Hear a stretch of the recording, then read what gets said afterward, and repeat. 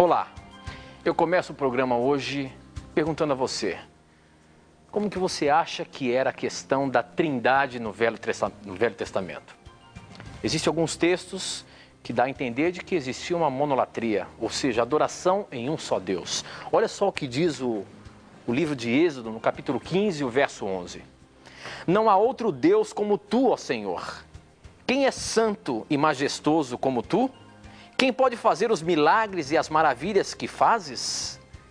Dá a entender de que o povo do Velho Testamento cria apenas em um só Deus, ou só Deus, mas um Deus Pai, Deus o Senhor. E Jesus? E o Espírito Santo? Isso é apenas uma questão de Novo Testamento? No Velho Testamento não existia a Trindade? Esta e outras questões você acompanha agora, pois está no ar, Na Mira da Verdade.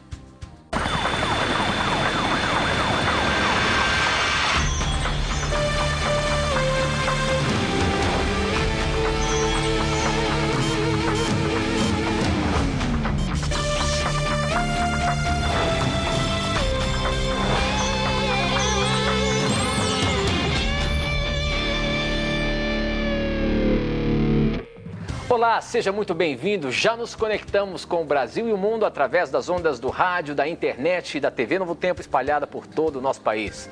Mais uma vez eu já começo agradecendo a sua audiência, agradecendo a sua participação, porque afinal de contas é você quem faz o programa Na Mira da Verdade. São as suas dúvidas, são as suas perguntas que são colocadas na mira e respondidas à luz da Palavra de Deus. Muito obrigado pelo carinho da sua audiência e por sua participação também.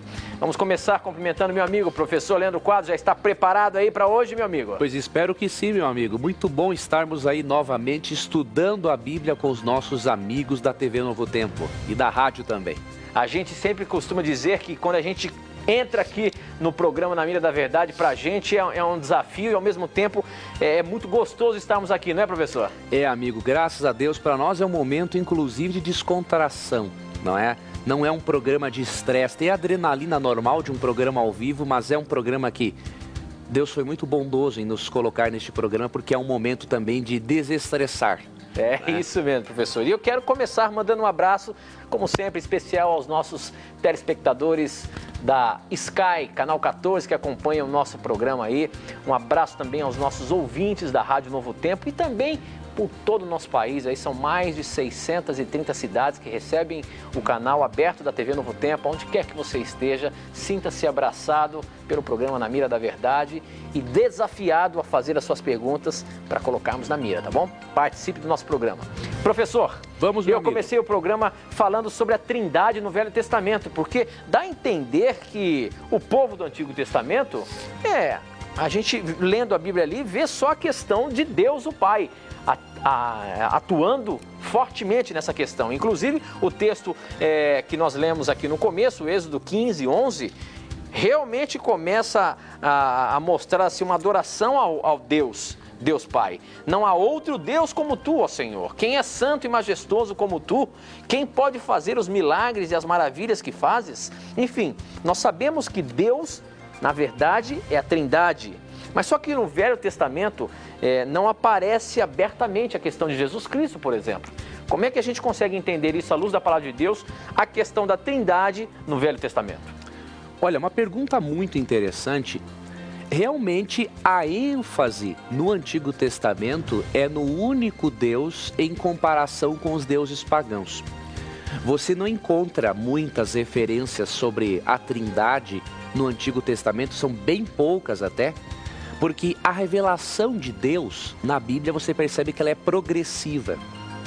Ou seja, Deus se revela como o único Deus verdadeiro no Antigo Testamento e se revela como um Deus triuno no Novo Testamento.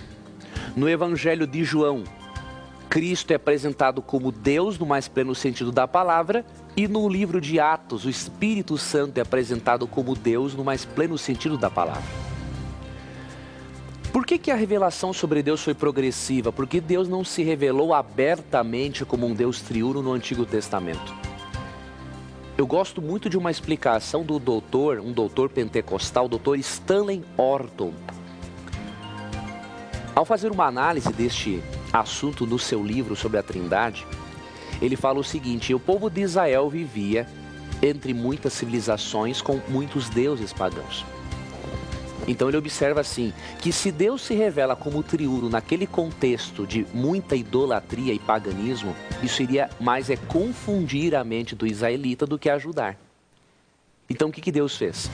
Deus se revelou como um Deus único, mas não que ele quis enfatizar isso no sentido numérico de pessoas da divindade, mas como o único ser verdadeiro em comparação com as divindades pagãs. Então é por isso que em Deuteronômio 6,4 lemos assim: ouça, ó Israel, o Senhor, o nosso Deus, é o único Senhor.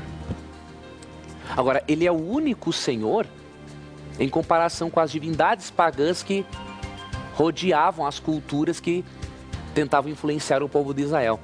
E esse texto que o Tito leu no início do programa, que é Êxodo 15:11, é um texto muito importante para percebermos isso. Porque ali fala assim, ó: quem entre os deuses é semelhante a ti, Senhor?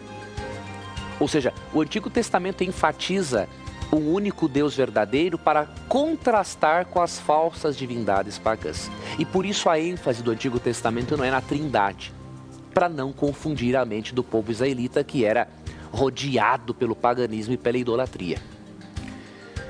Entretanto, mesmo o Antigo Testamento não enfatizando a Trindade como o Novo Testamento, há referências a Jesus Cristo e ao Espírito Santo. E há referências plurais a Deus, que já são revelações interessantes. Por exemplo, em Gênesis 1:26, é dito o seguinte: então disse Deus, façamos o homem à nossa imagem, conforme a nossa semelhança. Perceba, Deus se apresenta de forma plural, ele utiliza o verbo fazer no plural, o pronome nossa no plural. Façamos o homem à nossa imagem. Alguns autores chegam a dizer que Deus aqui poderia estar falando com anjos, mas isso é um absurdo, porque nós não somos a imagem e semelhança de anjos. Somos a imagem e semelhança de Deus. Então Deus está falando aqui, no mínimo, com mais uma pessoa divina. Porque nós somos a imagem e semelhança de Deus. Mas aí alguns alegam, mas aqui poderia ser apenas Deus Pai e Deus Filho. Poderia, mas não é. Por quê? Quando você vai em Gênesis 11, versículo 7, outro texto que menciona Deus de maneira plural, você percebe o seguinte, vou ler na Nova Versão Internacional: venham, desçamos e confundamos a língua que falam, para que não entendam mais uns aos outros. Assim o Senhor os dispersou dali por toda a terra e pararam de construir a cidade. Quando Deus dispersou o povo que estava construindo a Torre de Babel em sinal de rebelião a Deus, Deus falou com outras pessoas da divindade dizendo o seguinte: venham. Você não diz venham para uma pessoa. Eu não posso dizer assim: venham, meu amigo Tito, vamos fazer na mira da verdade. Não, venha, meu amigo Tito. Agora, se eu digo venham, eu digo pelo menos para mais duas pessoas. Então é óbvio que aqui em Gênesis 11, 7 e 8, Deus está falando com pelo menos mais duas pessoas, iguais a Ele em essência. Agora, olha que interessante, nós percebemos também em Êxodo 3,14, mesmo não sendo direto, mas percebemos em Êxodo 3,14 que o Cristo divino já é claramente apresentado. Tem muitos textos sobre o Cristo divino no Antigo Testamento, mas eu vou ler esse e depois vou ler um sobre o Espírito Santo. Em Êxodo 3,14, Deus se identifica para Moisés da seguinte maneira: disse Deus a Moisés, eu sou o que sou. Isto é que você dirá aos israelitas, eu sou, me enviou a vocês. O termo eu sou é um nome que Deus assumiu para si, um adjetivo, para descrever a sua eternidade, o seu ser absoluto. Eu sou o mesmo hoje, fui e serei. Quando você vai para João 8, 57, 58, você vê que este ser que falou aqui não foi Deus Pai. Sabia disso? Olha o que diz aqui João 8, 57 a 59. Disseram os judeus, você ainda não tem 50 anos e viu Abraão? Respondeu Jesus: eu lhes afirmo que antes de Abraão nascer, eu sou. Então eles apanharam pedras para apedrejá-lo, mas Jesus escondeu-se e saiu do templo. Perceba que os judeus quiseram apedrejar a Cristo naquela época, porque ele se identificou como sendo o Deus eu sou do Antigo Testamento. O Deus absoluto, que é eterno. Então você percebe que em Gênesis há a pluralidade de Deus, e você percebe em Êxodo, aqui capítulo 13, em João 8, 57 a 59, que a divindade de Cristo é claramente destacada. A divindade de Cristo também é destacada em Isaías 9, 6. Ali falando de Cristo, Cristo é chamado de Deus forte, Pai da eternidade e Príncipe da paz. Então ali já era possível perceber que o Messias também era um ser divino e não era a mesma pessoa que o Pai. E sobre o Espírito Santo? Apesar de a ênfase, como falei no início, do Antigo Testamento não ser na Trindade, a Bíblia menciona algumas referências ao Espírito. Então, por exemplo, você vê no Salmo 51, Davi dizendo o seguinte: cria em mim, ó Deus, Salmo 51, 10 e 11. Cria em mim, ó Deus, um coração puro e renova dentro de mim um espírito estável. Não me expulses da tua presença, nem retires de mim o teu Santo Espírito. Davi ora a Deus para que nunca o Espírito Santo se retire dele. E um outro texto sobre o Espírito Santo importantíssimo e que mostra a pessoalidade do Espírito Santo no Antigo Testamento é o de Isaías capítulo 63, versículo 10. Olha o que diz aqui. Apesar disso, eles se revoltaram e entristeceram o seu Espírito Santo. Por isso, ele se tornou inimigo deles e lutou pessoalmente contra eles. Veja, de forma clara, mesmo o Espírito Santo não sendo o ser que mais seja enfatizado no Antigo Testamento, as poucas referências que encontramos, como essa de Isaías 66:10, mencionam que o Espírito Santo pode ficar triste e que ele ficou tão triste com o povo de Israel que pessoalmente ele lutou contra eles. Ou seja, aqui diz que Deus claramente desaprovou, por causa da sua tristeza pelo pecado, a atitude pecaminosa do povo de Israel. E por isso o Espírito Santo é mencionado aqui como um ser pessoal. E podemos ter certeza que quando Paulo escreveu Efésios 4, 30 e 31, e afirmou ali que é possível entristecer o Espírito Santo, Paulo aprendeu este conceito que está no Novo Testamento com esse texto de Isaías do Antigo Testamento. E por isso, amigos, a Bíblia realmente apresenta uma revelação progressiva da divindade. Por causa das influências pagãs e das muitas divindades em torno do povo de Israel, Deus enfatizava-se, Deus se apresentava como o único Deus verdadeiro em comparação com essas divindades pagãs. Mas ao longo da Bíblia, Deus vai se revelando progressivamente no momento em que o ser humano vai podendo compreendê-lo melhor. E por isso não temos nenhuma dúvida de que Deus é o único Deus verdadeiro em relação a outros deuses, mas que esta divindade é composta por três pessoas distintas, coeternas, onipresentes, oniscientes, e essas três pessoas formam uma divindade.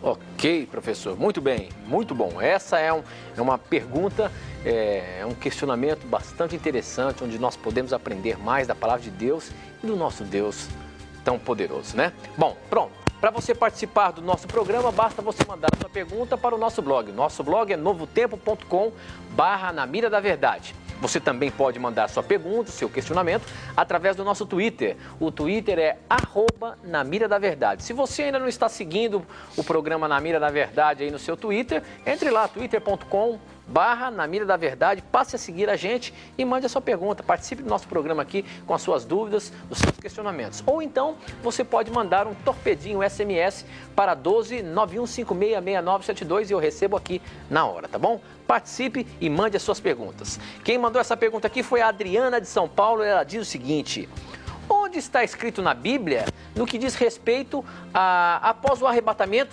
ao arrebatamento da igreja, que não haverá mais tribulação? Professor, existe alguma dúvida ainda em que após o arrebatamento da igreja possa haver ainda alguma tribulação aqui na Terra? Ou seja, após o arrebatamento ainda fica um grupo aqui que pode ser transformado ou atribulado, enfim.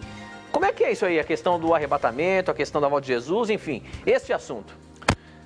Pois olha, nós temos muitos sinceros irmãos pentecostais e de outras linhas evangélicas que nos acompanham e que creem que a igreja vai ser arrebatada secretamente antes da grande tribulação.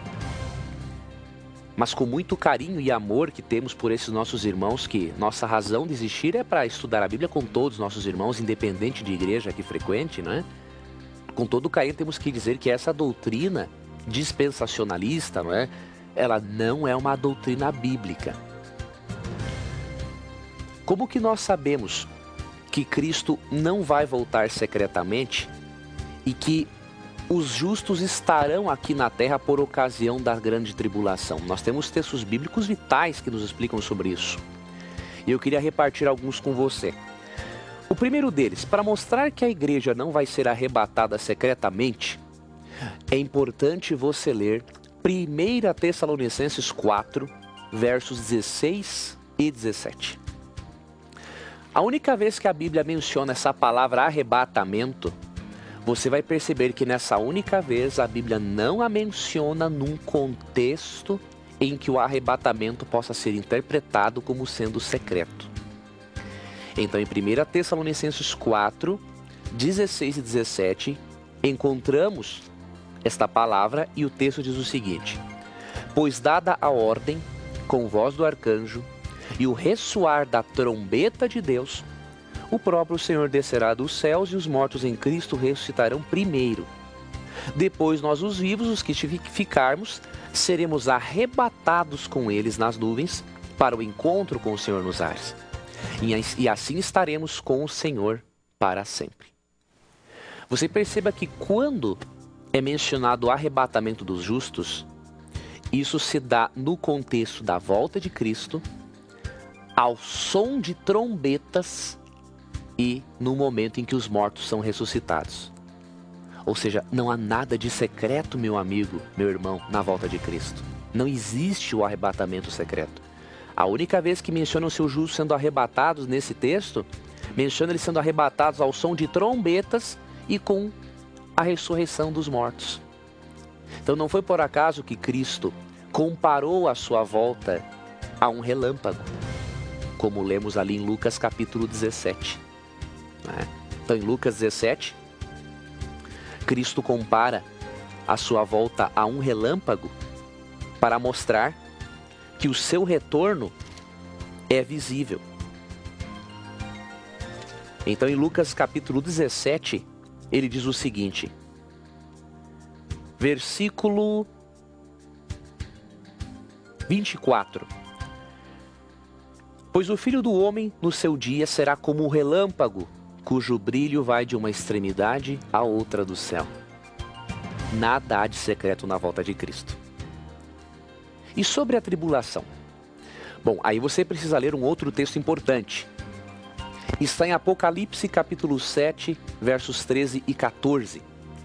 Ali menciona-se claramente que os justos, salvos e que estarão no céu, eles terão vindo de uma grande tribulação. E isso mostra que a grande tribulação ocorre antes da volta de Cristo e que os justos ainda estarão neste planeta durante a grande tribulação. Você pode até achar um pouco estranho isso, mas eu vou lhe mostrar na Bíblia você vai perceber a lógica de Deus nesse assunto. Então, Apocalipse 7, 13 e 14 diz o seguinte. Então um dos anciãos me perguntou, João estava numa visão no céu em que ele viu anciãos e aí Deus estava revelando algumas coisas para ele. Quem são esses que estão vestidos de branco e de onde vieram? Respondi, Senhor, tu sabes.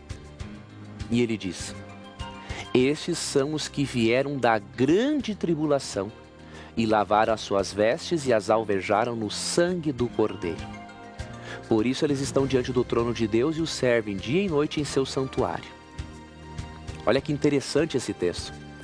Diz que esses justos salvos que servem a Deus, eles vieram da grande tribulação e lavaram suas vestiduras no sangue do Cordeiro.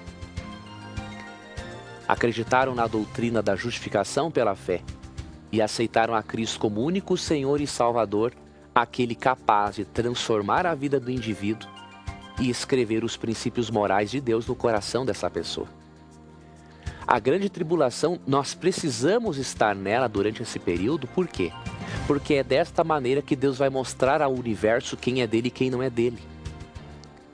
Os anjos não são oniscientes. De acordo com 1 Pedro 1,12, os anjos anelam pesquisar, perscrutar o plano de salvação. E é no período de grande tribulação, quando seremos testados entre adorar a Deus ou adorar a imagem da besta, que será a observância de um falso dia de guarda no futuro, é que Deus vai poder demonstrar para o universo quem é dele e quem não é dele. E por isso, recapitulando para finalizar a resposta, esse querido irmão, a volta de Cristo não será secreta, é acompanhada ao som de trombetas e da ressurreição dos justos. E de acordo com Mateus 25:31, todos os anjos virão com ele. E a grande tribulação ocorre antes da volta de Cristo. Quando Cristo voltar, ele vai dar a recompensa àqueles que foram fiéis durante a grande tribulação. Este é o ensinamento bíblico. E, portanto, não podemos aceitar outro no lugar deste. Muito bem, professor. Bom, a próxima pergunta agora eu quero colocar do nosso Twitter, que tem muita gente acompanhando a gente aqui. Um abraço a todos vocês que acompanham a gente pelo Twitter. Professor Leandro Quadros. Vamos, amigo. Essa aqui é boa, meu amigo. Olha só o questionamento. A expressão os filhos de Deus, no original da Bíblia, é o mesmo em Gênesis 6:4 e Jó 1:6? Ou seja, se referem a anjos ou outros mundos? Porque olha só o que fala aqui em Gênesis capítulo 5, verso 4. Havia gigantes na terra naquele tempo e também depois, quando os filhos de Deus tiveram relações com as filhas dos homens, essas lhe deram filhos e assim por diante, o texto vai falando. Aí lá em Jó, no capítulo 1, verso 6, diz o seguinte: chegou o dia em que os filhos de Deus vieram apresentar-se diante de Deus. O Senhor, no meio deles, veio também Satanás. Dando a entender, professor, que esses filhos aqui de Jó eram seres celestiais que estavam ali naquela conferência no céu. E lá em Gênesis, dá a ideia de que esses seres celestiais vieram na Terra e tiveram relações sexuais com filhas dos homens aqui. Como é que é isso aí, professor? Realmente existiu essa amalgamação entre anjos e seres humanos, podemos dizer assim? Por incrível que pareça, existem teólogos que acreditam nessa barbaridade, né? Mas, biblicamente, não é assim pelo seguinte.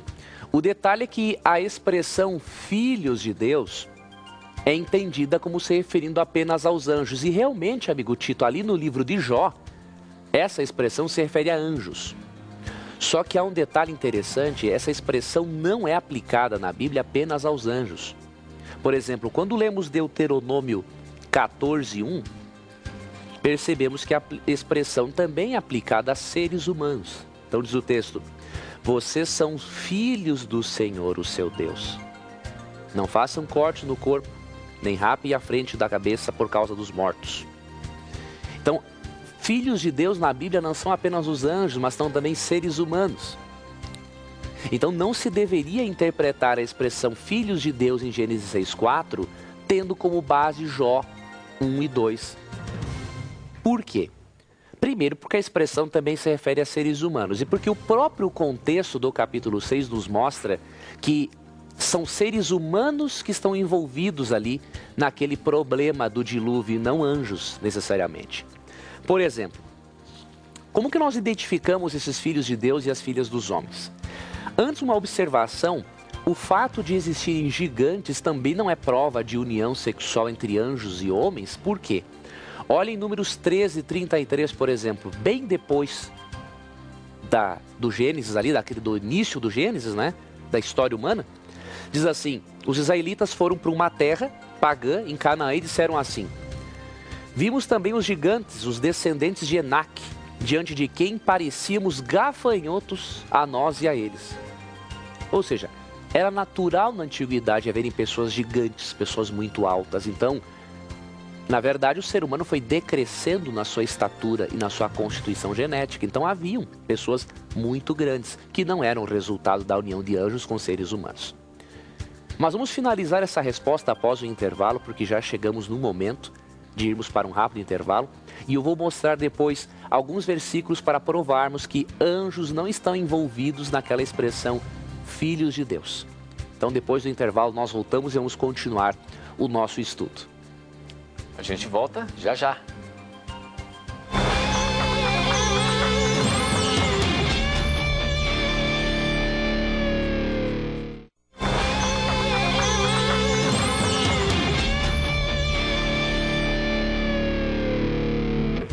Já estamos de volta agora, estamos ainda respondendo uma pergunta que ficou no bloco passado, falando sobre os filhos de Deus, esse termo que é usado na palavra de Deus, onde dá a entender em alguns momentos que são anjos e outros momentos que são filhos de Deus, seres humanos mesmo. E houve um probleminha entre Gênesis e Jó nessa dúvida e o professor Leandro Quadros está respondendo para a gente. Como é que é então, professor? Pois então, vamos dar continuidade, Tito, à explicação. Vamos mostrar agora que o termo filhos de Deus não se referem a anjos nesse contexto.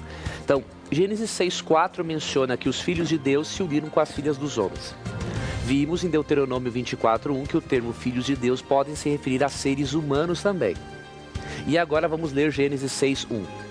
Quando os homens começaram a multiplicar-se na terra e lhe nasceram filhas, os filhos de Deus viram que as filhas dos homens eram bonitas e escolheram para si aquelas que lhes agradaram.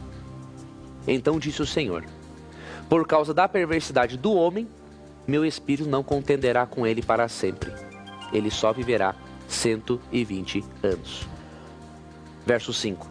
O Senhor viu que a perversidade do homem tinha aumentado na terra e que toda inclinação dos pensamentos do seu coração era sempre e somente para o mal. Você percebeu? O texto não menciona a maldade dos anjos aqui, dos demônios. Sempre a ênfase no capítulo é a maldade do ser humano. Foi por causa da maldade do ser humano que Deus enviou o dilúvio sobre a terra. Então é claro que pelo contexto os anjos aqui não estão envolvidos. Mas ainda não identificamos quem são os filhos de Deus e as filhas dos homens. Vamos voltar um pouco na Bíblia. Quando você lê Gênesis 4:17, diz assim: Caim teve relações com sua mulher e ela engravidou e deu à luz a Enoque. Depois Caim fundou uma cidade a qual deu o nome do seu filho Enoque.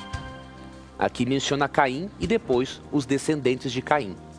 Agora você vai para o mesmo capítulo, no verso 25, e diz assim: novamente Adão teve relações com sua mulher e ela deu à luz outro filho, a quem chamou Sete, dizendo: Deus me concedeu um filho no lugar de Abel, visto que Caim o matou. Também a Sete nasceu um filho, a quem deu o nome de Enos. Nessa época começou-se a invocar o nome do Senhor. Percebeu? Os filhos de Deus são os descendentes de Sete, que invocavam o nome do Senhor. As filhas dos homens são as descendentes de Caim, que não invocavam o nome do Senhor. Então, o que proporcionou a corrupção no planeta Terra não foi a união sexual de anjos com seres humanos, mas a união sexual entre os descendentes justos de Sete e as descendentes ímpias de Caim. Isso é comprovado também em Mateus 22:30, por quê? Porque lá é dito que anjo não se casa e não se dá em casamento. Então é claro, anjo é um ser assexuado e por isso a união sexual aqui foi entre pessoas justas e injustas. Filhos de Deus, descendentes de Sete, filhas dos homens, descendentes de Caim. Nada na Bíblia sequer cogita essa possibilidade de anjo unir-se sexualmente com seres humanos. Não tem cabimento isso. Ok, professor, muito bem. Para você continuar participando do programa, mande a sua pergunta para o nosso blog novotempo.com/Na Mira da Verdade. Você manda o seu questionamento, eu recebo aqui na hora. Ou então você pode seguir a gente no Twitter e também mandar a sua pergunta pelo Twitter. O nosso Twitter é @Na Mira da Verdade. E ainda você pode mandar a sua pergunta pelo nosso torpedinho SMS para 12 9156 6972. Você manda a sua pergunta e eu recebo aqui na hora, tá bom? Bom, a próxima pergunta é a seguinte. Tem uma dúvida, quem mandou essa pergunta foi o Reginaldo, ele é de Cananéia, São Paulo, e ele diz o seguinte: tem uma dúvida com respeito à morte. É verdade que o inferno mudou de lugar? Gostaria de saber se isso tem algum fundamento. Olha aí, professor, o inferno mudou de algum lugar? Existe aí com relação à morte? Como que é essa questão morte, inferno, inferno, morte? Se o inferno mudou de lugar, onde é que é? Não quero nem saber o endereço, mas fala aí, vamos ver. Vamos lá. Veja bem, amigo Reginaldo, o inferno nunca mudou de lugar, porque na verdade o inferno de fogo não existe. O quê? Não existe o inferno? Querido, não existe. Ué, ele mas o que vai que fala? existir. Como é que é? Ele vai existir, mas não existe hoje. Ué, mas a gente aprende, a gente ouve falar tanto aí sobre o inferno, que a pessoa vai para o inferno, vai para o céu, vai para o purgatório, enfim. Como é que não existe isso, professor? Infelizmente, Tito, a nossa cultura ocidental e religiosa é muito influenciada pelo pensamento grego a respeito da natureza humana. Então, os gregos acreditavam que o ser humano tem uma entidade imaterial, a alma, que sobrevive fora do corpo, mas esse não é um ensinamento bíblico. Quem estuda a sério a antropologia bíblica percebe que a natureza humana é inseparável. A Bíblia ensina o holismo bíblico, ou seja, só há consciência quando há a união do corpo com a mente e com o espírito, que é o fôlego de vida que saiu da boca de Deus, aquele princípio vital. Agora, o inferno nunca existiu, ele vai existir, o lago de fogo. O detalhe é que as pessoas têm que analisar uma coisa. Quando Cristo fala em Mateus capítulo 5, 43 a 47 do lago de fogo, ou inferno, ou Guiena no original, ele se refere ao lago de fogo dos últimos dias, que vai castigar e depois aniquilar os maus. Como que nós sabemos isso? Porque em Apocalipse 20:10, quando menciona o diabo sendo atormentado, castigado no lago de fogo para depois ser destruído de acordo com Romanos 16:20, aqui esse lago de fogo é mencionado depois de um período chamado milênio. Jesus volta, durante 1000 anos os maus permanecem mortos nessa terra e os justos no céu. Depois do milênio, aí no verso 10, o diabo foi lançado no lago de fogo que arde com enxofre. Então você perceba, o inferno nunca mudou de lugar porque ele nunca existiu, ele vai existir. E de acordo com 2 Pedro capítulo 3, 10 a 13, este mundo se tornará, será queimado por Deus, para Deus purificar este mundo do pecado e dos pecadores que se apegaram ao pecado. E aqui será o lago de fogo depois do milênio. Então o inferno não existe hoje. Então essa teoria, meus amigos, do inferno eterno, ela não é bíblica. Algumas expressões são mal compreendidas, alguns textos são distorcidos. Eu recomendo para você a leitura de um livro. Nós não vamos nos deter muito nesse assunto agora, mas tem um livro publicado pela Unaspress, que é uma editora da UNASP, que é o Centro Universitário Adventista. O livro se intitula Imortalidade ou Ressurreição. Esse livro foi escrito por Samuel Bacchiocchi, e o Dr. Bacchiocchi coloca ali comentários de mais de 300 eruditos, inclusive da atualidade, que deixaram de crer na imortalidade da alma e no tormento eterno, por verem que isso não é crença bíblica, isso é crença pagã, grega. Entre esses teólogos está Clark Pinnock, John Stott, não é? E entre muitos outros. Então você precisa ler esse material. Oscar Cullmann. Então você pode ligar para 19 3858 9000, 19 3858 9000 e solicitar esse livro, que, olha, vai lhe ajudar muito a você perceber que a crença na imortalidade da alma e no tormento eterno é pagã, não faz parte da palavra de Deus. Ok, professor, muito bem. Eu queria apresentar para você o nosso presentinho que nós oferecemos aqui todas as semanas para você. É essa revista aqui, ó. Verdades para o Tempo do Fim. Ó. Tirei do plastiquinho aqui, ó, novinha para você receber aí na sua casa. Para você ter essa revista aqui, que na verdade é um curso bíblico com 18 lições interessantíssimas sobre os mais variados assuntos. Tem aqui, ó, verdades para um mundo assustado, a estratégia da rebelião, o milagre do novo nascimento, por que tantas religiões, a essência do cristianismo, a um passo da liberdade, um dia a ser lembrado. São 16 lições belíssimas. É, na verdade, uma revista que no final de cada artigo tem um pequeno questionáriozinho para você receber, para você preencher e aprender sobre a palavra de Deus. Verdades para o Tempo do Fim. Essa é a revista que você recebe gratuitamente na sua casa. Basta você acessar o nosso blog. E eu vou mostrar aqui o nosso blog para você agora. Ó. Não sei se os nossos câmeras vão conseguir pegar ali. Ó. Esse aqui é o nosso blog, www.novotempo.com/na mira da verdade. Vamos ver se ele consegue mostrar ali, ó. Isso, esse é o nosso blog, tá? É só você acessar lá, novotempo.com/na mira da verdade, e você vai ver, ó, aqui para baixo tem a revista. Como que você faz para pedir a revista? Aqui, ó.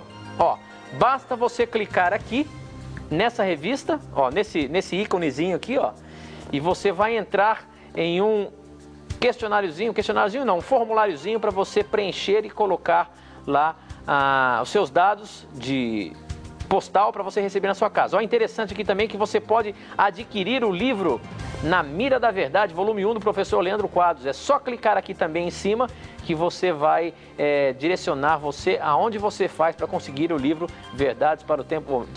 Na Mira da Verdade. Olha só, este é um blog onde você vai encontrar aí os programas antigos que nós gravamos e temas interessantíssimos, como por exemplo esse aqui, ó. Como harmonizar 2 Reis 8:26 com 2 Crônicas 22:2. Portanto, acesse lá o nosso blog, eu tenho certeza que você vai gostar e vai participar para ganhar essa revista que nós oferecemos gratuitamente para você, tá bom? Bom, professor, as perguntas não param de chegar e tem mais uma boa para você aqui. Olha só, já que você estava falando sobre inferno aí, já emendou aqui sobre o assunto.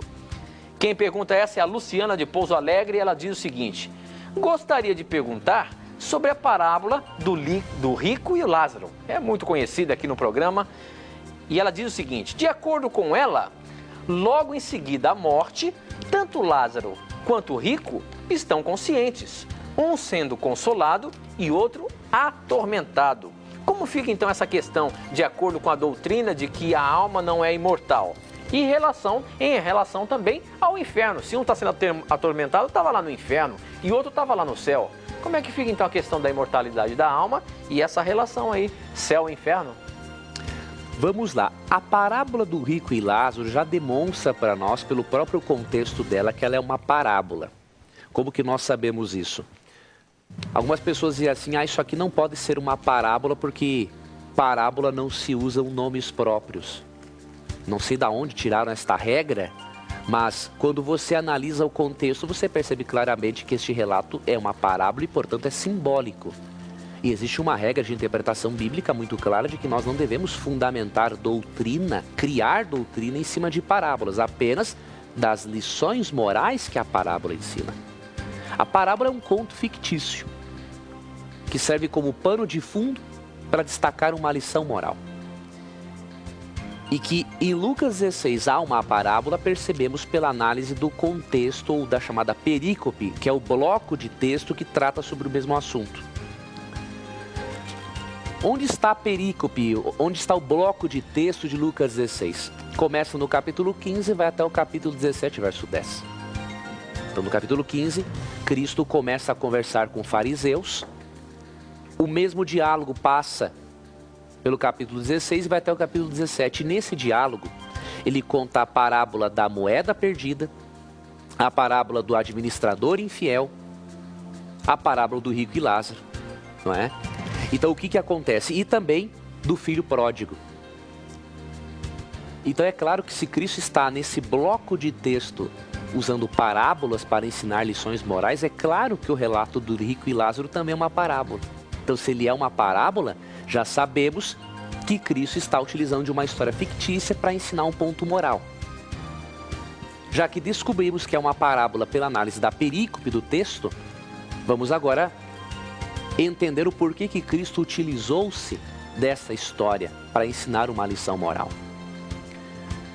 Flávio Joséfo, escritor do primeiro século ali, ele conta que havia entre os judeus uma crença de que a pessoa morria e iria para o seio de Abraão e que o ímpio iria para, diríamos assim, o inferno. Então era uma crença muito popular no judaísmo helenizado, que teve influência dos gregos, porque antes disso o judeu não acreditava em hipótese alguma nisso. O que Cristo fez? Para ele ensinar a lição moral que ele queria, ele pegou uma história corrente entre os judeus da época. E aí a lição moral que ele quis ensinar, entre outras, né, está no versículo 31 de Lucas 16. Abraão respondeu: se não ouvem a Moisés e aos profetas, tampouco se deixarão convencer, ainda que ressuscite alguém dentre os mortos.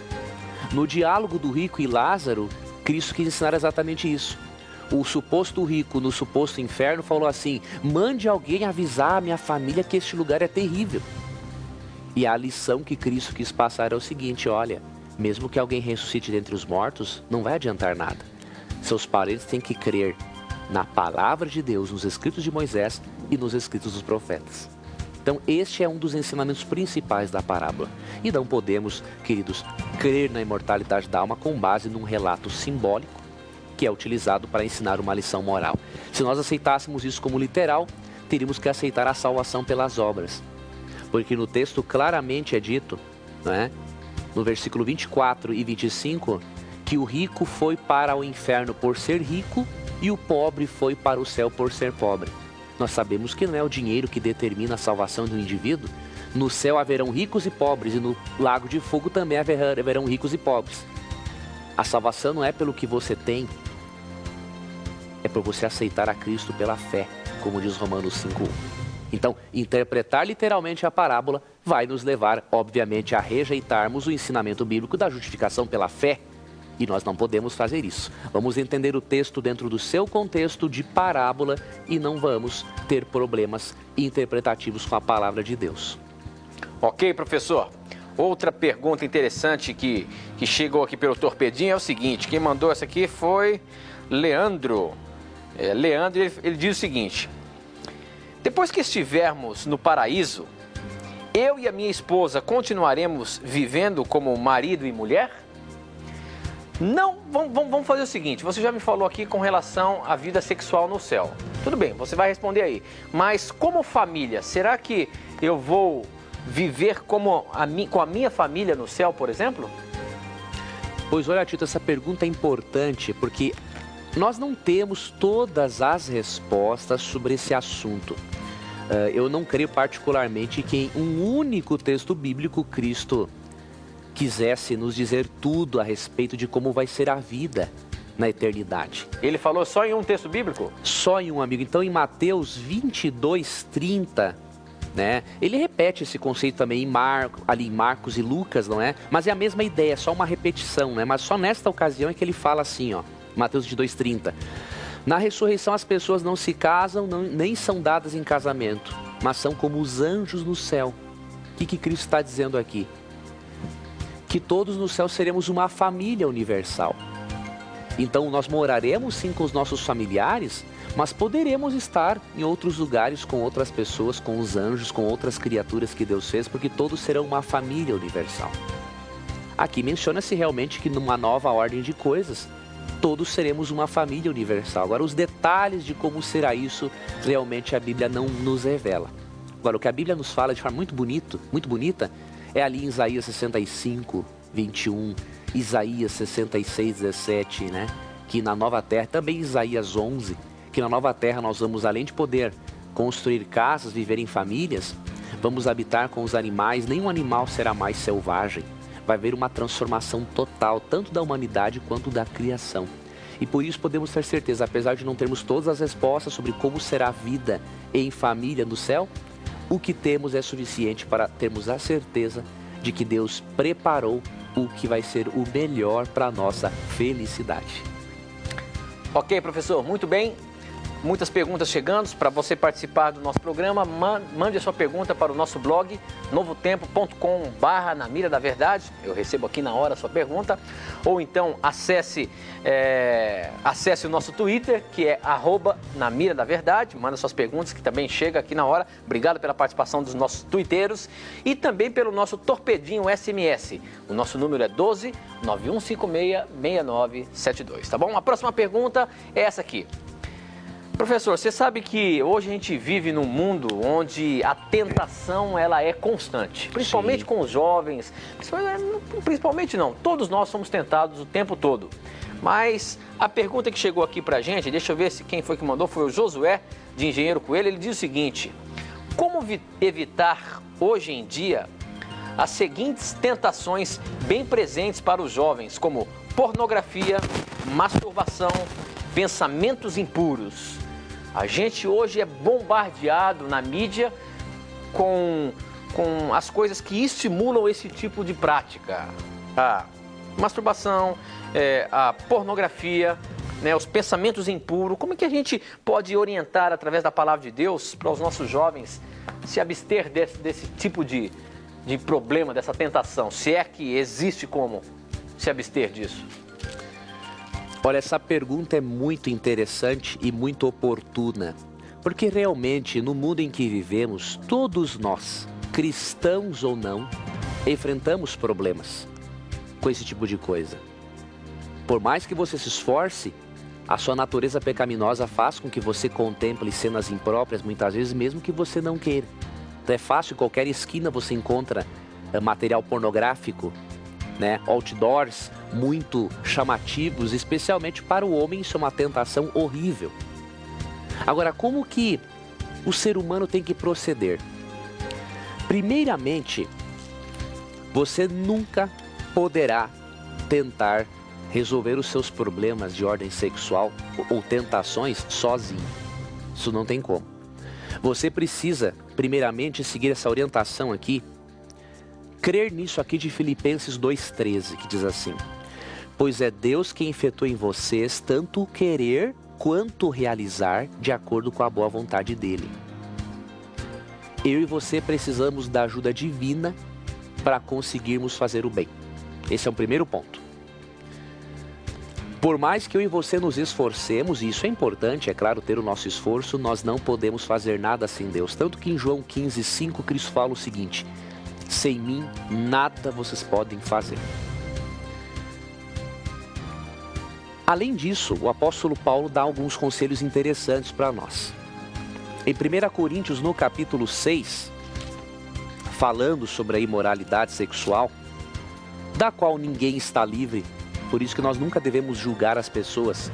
Não devemos sim aprovar o comportamento errado delas, mas nunca devemos nos colocar numa posição assim: olha lá, aquele fez aquilo. Enquanto estivermos vivos no mundo de pecado, qualquer um pode cair. E por isso precisamos sempre ter compaixão com as pessoas, levá-las de volta para Deus com arrependimento sincero, para que confiem na graça dele. E aqui em 1 Coríntios, capítulo 6, Paulo diz o seguinte no verso 18: fujam da imoralidade sexual. Então o jeito é fugir mesmo, porque se nós ficarmos diante dela, vamos fazer bobagem. Então por isso que Paulo já usa a expressão fujam. Algumas maneiras de nós fugirmos é seguindo esse princípio de Filipenses 4,8, que diz assim: finalmente, irmãos, tudo que for verdadeiro, tudo que for nobre, tudo que for correto, tudo que for puro, tudo que for amável, tudo que for de boa fama, se houver algo de excelente ou digno de louvor, pensem nessas coisas. A Bíblia recomenda passarmos por uma renovação mental. Isso está em Romanos 12, 1 e 2 também. Devemos colocar para dentro da mente aquilo que é puro. Então, quanto mais filmes adequados assistirmos, quanto mais músicas adequadas ouvirmos, quanto mais literatura adequada lermos, quanto mais conversações agradáveis tivermos, mais fácil será para nós. Agora eu quero lhe dar uma última dica. A questão da pornografia, ela se resolve também com psicoterapia. Eu não sei se você sabe, mas muitos dos problemas de ordem sexual ocorrem por causa da falta de amor primário. Por que eu estou dizendo isso? Nós não podemos abordar essa questão apenas do ponto de vista teológico, mas também do ponto de vista psicológico. As duas coisas se unem. Enquanto que o aspecto teológico nos mostra o poder de Deus para nos transformar, no aspecto psicológico aprendemos que Deus quer utilizar também de profissionais para ajudar os seus filhos. Por que eu estou dizendo isso? Uma pessoa que tem falta de amor primário, o que é o amor primário? O amor do pai e da mãe. Então, qualquer pessoa que tem falta de amor primário, a tendência é buscar suprir esse amor no amor sexual. Por quê? O amor sexual é o que mais se parece com o amor primário por dar esse senso de pertencer. Normalmente, não digo em todos os casos, mas normalmente um homem mulherengo é um homem que busca nas outras mulheres a mãe que ele não teve. Uma moça promíscua muitas vezes busca nos homens o pai que ela não teve.